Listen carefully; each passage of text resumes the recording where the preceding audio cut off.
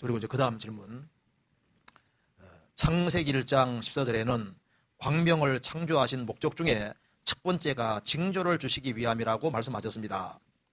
요엘서 2장 31절과 요엘서를 인용한 사도행전 2장 19절 20절 말씀, 마태복음 24장 29절에도 이 징조에 관해서 말씀하십니다. 요엘서에는 월식과 일식을 의미하고 마태복음에는 일식을 의미하는 것 같은데요. 혹시 이 징조가 지금 일어나고 있는 테트라드와 연관이 있는 것은 아닌지 궁금합니다. 이런 질문입니다. 질문 좀 어려운 거 같죠?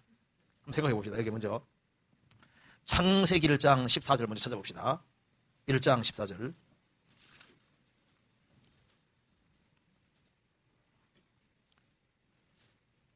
하나님이 가라사대 하늘의 궁창에 광명이 있어 주야를 안 얘기하라. 또 그 광명으로 하여 징조와 사시와 일자와 연한이로라. 여기 이제 하늘에 궁창에 광명이 있어서 주야를 안 얘기하라 하시면서 징조가 되게 하신다. 이런 말씀이 있고, 또 16절에도 두 하나님이 두 큰 광명을 만드셨다.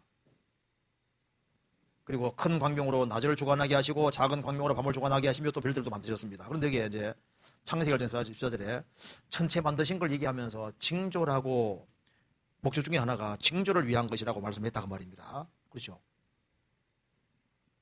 그리고 또 한 가지, 또 요엘서 2장 31절과 사도행전 2장 19절 20절을 찾아봅시다. 요엘서 2장 한번 찾아봅시다.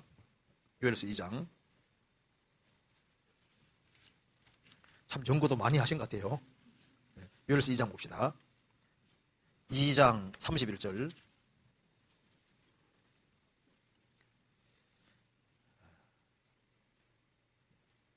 여호와의 크고 두려운 날이 이르기 전에 해가 어두워지고 달이 핏빛같이 변하려니와. 이것이 이제 사도행전에도 인용되어 있는데, 이제 이거 좀 설명을 좀 드려보겠습니다. 지금 여기에 이거하고 관계 있는 건 아니고요. 제가 일반적으로 설명드리고 좀 설명드려보겠습니다. 요엘서 말하는 게 일식 월식이냐 천만의 말씀입니까? 아닙니다. 그리고 뭐 테트라드 이거와 연관 그것도 아니에요. 이제 그렇게 설명하는 이유가 있는데요. 제가 설명 간단하게 드려보겠습니다. 먼저 이것이 이제 천체가 있는 이유 중에 하나가 성경에 징조라고 표현이 되죠. 징조. 그죠? 징조란 말이 맞아요. 왜냐하면은 하나님께서 이 하늘에 해와 달과 별들을 만드실 때 무작위로 만들어내신 것이 아니잖아요. 시편 8편에도 주의 베풀어 두신 달과 별들을 내가 보오니, 베풀어 두셨다. 질서 있게 딱딱 두셨거든요. 그러니까 하나님께서 이 해와 달과 별들을 이 모든 것에 무슨 그림 같은 걸 그려 놓으신 것이 맞는 거예요. 징조가 되게 하신 겁니다. 제가 간단하게 설명드리면요. 이거 한번 보세요. 짧게 간단하게 설명드리겠습니다. 자, 먼저 1차적으로 왜 이것이 징조가 되냐 하면요.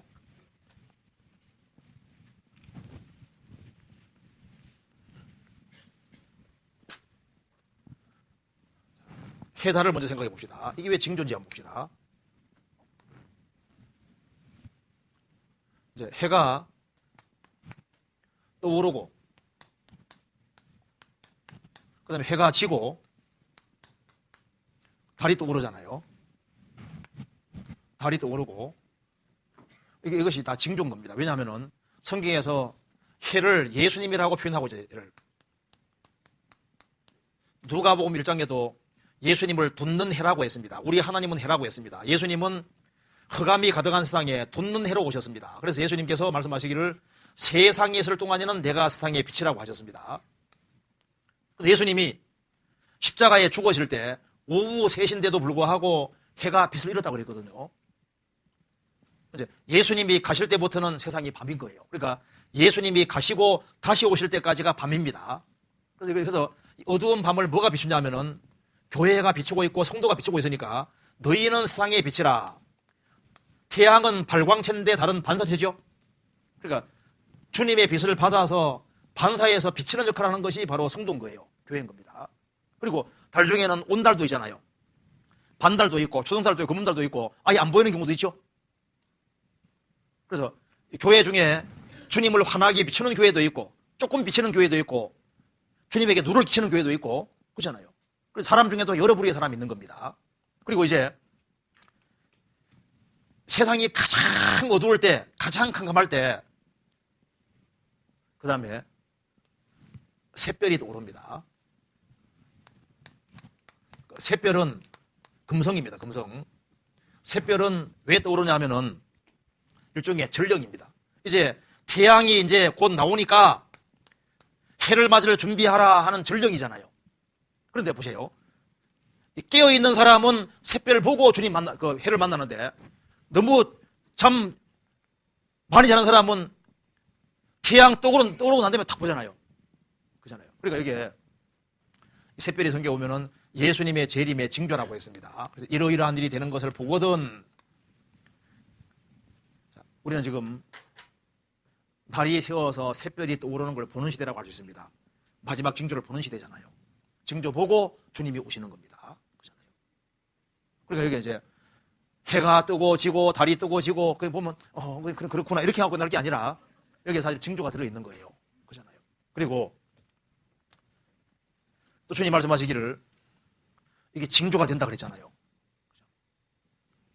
동방 박사들에게도 주님이 특별하게 별로 인도하시잖아요. 그렇잖아요. 그리고 여기에 천체에 징조가 있다는 말이 맞아요. 왜냐하면 예수님이 재림하시기 전에 천체에도 이상이 되어 있거든요. 누가복음 찾아봅시다. 21장.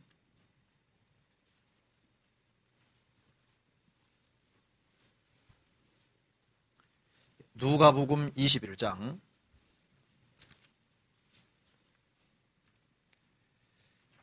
26절입니다. 사람들이 세상에 임할 일을 생각하고 무수함으로 기절하리니 이는 하늘의 군등들이 흔들리겠음이니라. 천체가 흔들린다는 말씀입니다. 그래서 앞으로 7년 혼란 속에 들어가면 운석도 대거 많이 떨어진다고 성경 기록되어 있는 거예요. 지금도 지구상에 운석이 많이 떨어져 있는데 독일학자가 연구한 것에 보면은 이 운석이 언제 떨어졌냐 보면은 노아 홍수기에 떨어졌다고 얘기를 하고 있거든요. 노아 홍수 때 운석이 많이 떨어졌던 모양입니다. 앞으로 7년 혼란 속에 들어가면 앞으로 운석들이 지구상에 아주 많이 떨어져서 지구를 아주 강타하고 엄청난 일이 벌어질 거예요. 천체가 흔들리면서 하늘에서 이상한 일이 있을 것을 말씀했습니다. 이게 징조가 되거든요. 그리고 하나님께서 이 하늘을 만드실 때 그려놓은 거예요. 성경 찾아봅시다. 욥기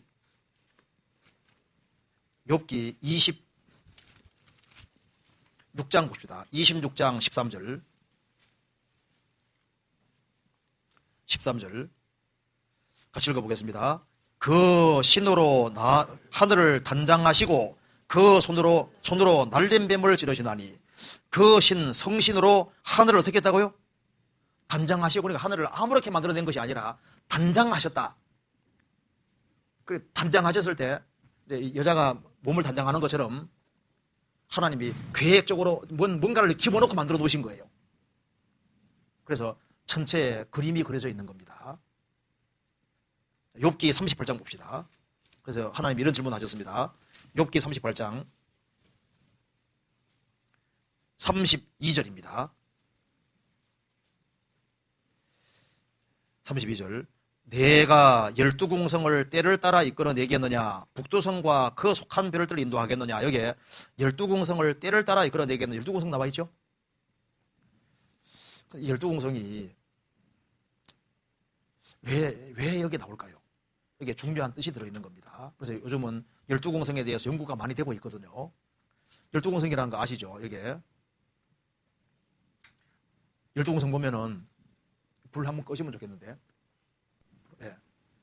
이게 이제 처녀 자리부터 시작해서 처녀 자리, 전칭 자리, 정갈 자리, 궁수 자리 쭉 해서 나중에 여기에 사자리로 끝이 나는데요.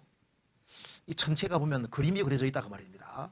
그래서 처녀 탄생하신 예수님부터 시작해서 나중에 만왕의 왕으로 오시는 사자가 예수님이잖아요. 사자, 재림하시는 예수님까지 이렇게 그림이 그려져 있는데, 이 그림을 보면은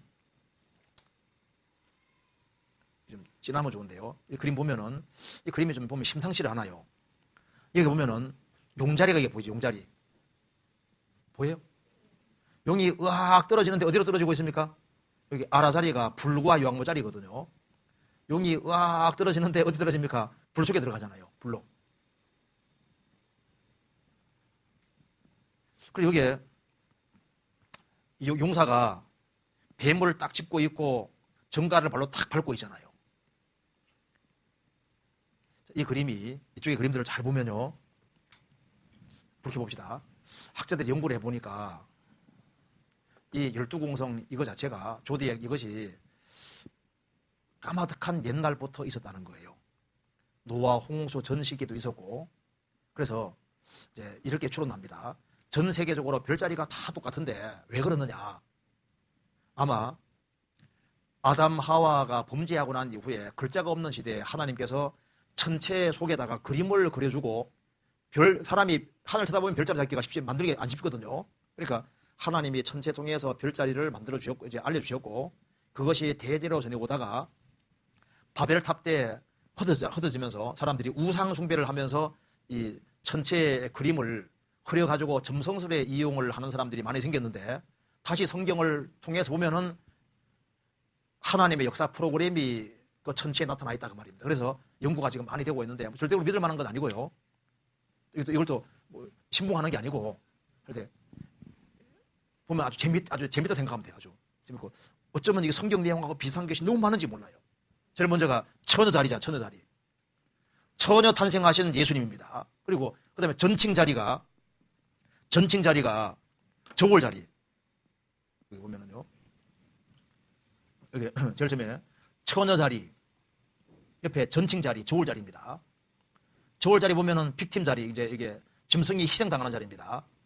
저울에 달린 인간은 부족한 보이기 때문에 하나님 앞에 구원받기 위해서는 짐승이 희생당해야 되는 거예요. 그러니까 여기에 그렇게 봅시다. 그리고 이제 여기는 자세히 안 나타나 있는데요, 또 희생되는 자리 쪽으로 쭉 보면요, 십자성 자리가 보이거든요. 짐승이 죽는 것처럼 먼 훗날 예수님이 죽을 것을 또 그림자로 표현해놓는, 그러니까 이제 이것이 자세하게 보면요, 이게 신기하게도 다 연결되어 있어요. 그 다음에 정갈 자리는 이거 오피우쿠스 자리가, 이게 오피우쿠스 용사가 정갈을 발로 확 누르고 있거든요. 뱀 딱 잡고 있잖아요. 그리고 이제 쭉 나오는데, 여기서 이제 특이한 것은 안드로메다 자리인데요. 그것이 여자가 막 얻어 터지는 자리인데, 잘 보면요, 이 교회가 핍박받는 모습하고 똑같습니다. 그리고 이제 그 다음에는 카시오페아 자리, 왕 옆에 딱 앉아 있거든요, 여자가. 그러니까 한쪽에서는 막 고통받는 모습이 나타나 있고, 그 다음에는 턱 이제 보좌 앞에 딱 앉아 있는 거예요. 그리스도의 신부로서 이렇게 딱 앉아 있는, 좀 비슷하잖아요. 여기에 대한 책들은 많으니까 한번 시간 한번 읽어보면요, 신앙생활을 정신 못 차리면 한번 읽어봐요. 야, 정신 차려야 되겠구나. 이거 진짜 신기하다. 이게 어떻게 우연이냐?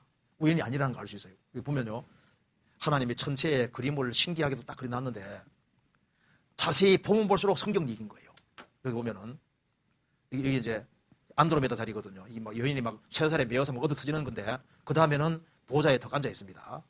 보좌에 카시오페아 자리거든요. 아주 이쁜 모습으로 앉아 있는데 보면 좀 신기해요. 이게 하여튼간에 그 천체가 징조가 된다. 징조된다는 말이 맞습니다. 그런데 여기 질문하는 내용은 이것을 지금 테트라드 사건하고 이제 연결시키려고 하는데, 그러면 안 돼요. 왜냐하면 이건 문장을 오독하는 겁니다. 왠지 그런지 봅시다. 먼저 여기 요엘서 2장 보세요. 왜 이 구절을 그렇게 해석하면 일식 월식과 연결시키면 안 되냐 하면은, 요엘서 2장 봅시다. 2장 31절을 보시겠습니다. 31절. 여호와의 크고 두려운 날이 이르기 전에, 7년 혼란 끝부분입니다. 주님 지상질이 많은 겁니다. 여호와의 크고 두려운 날이 이르기 전에, 주님이 지상질임하기 전에 해가 어두워지고 달이 핏빛같이 변할 것이다. 이걸 성경에서 신약에서 해석하고 있습니다. 찾아봅시다. 신약 성경 사도행전 2장 보시겠습니다.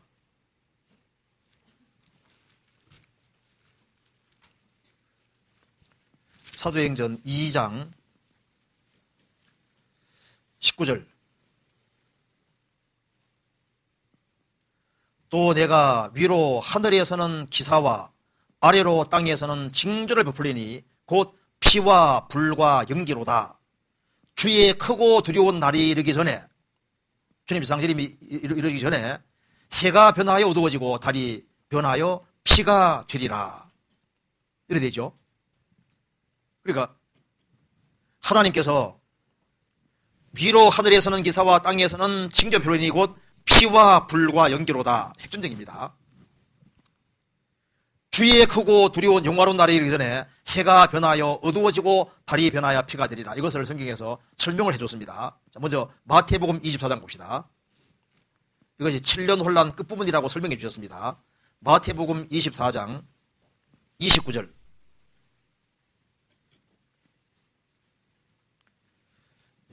그날 환란 후에 즉시 해가 어두워지며, 이게 7년 혼란 끝부분입니다. 달이 빛을 내지 아니하며 별들이 하늘에서 떨어지며 하늘의 권능들이 흔들리리라. 그때 인자의 징조가 하늘에서 보이겠고 그때 땅의 모든 족속들이 통곡하며 그들이 인자가 구름을 타고 능력과 큰 영광으로 오는 것을 보리라. 7년 환란 끝부분에 즉시 해가 어두워지며 달이 빛을 내지 않고 별들이 하늘에서 막 떨어질 것이다. 막 천지가 흔들리고 엄청난 일이 벌어집니다. 이걸 이제 자세히 설명해 놓은 것이 요한계시록 6장입니다. 찾아봅시다. 요한계시록 6장 12절.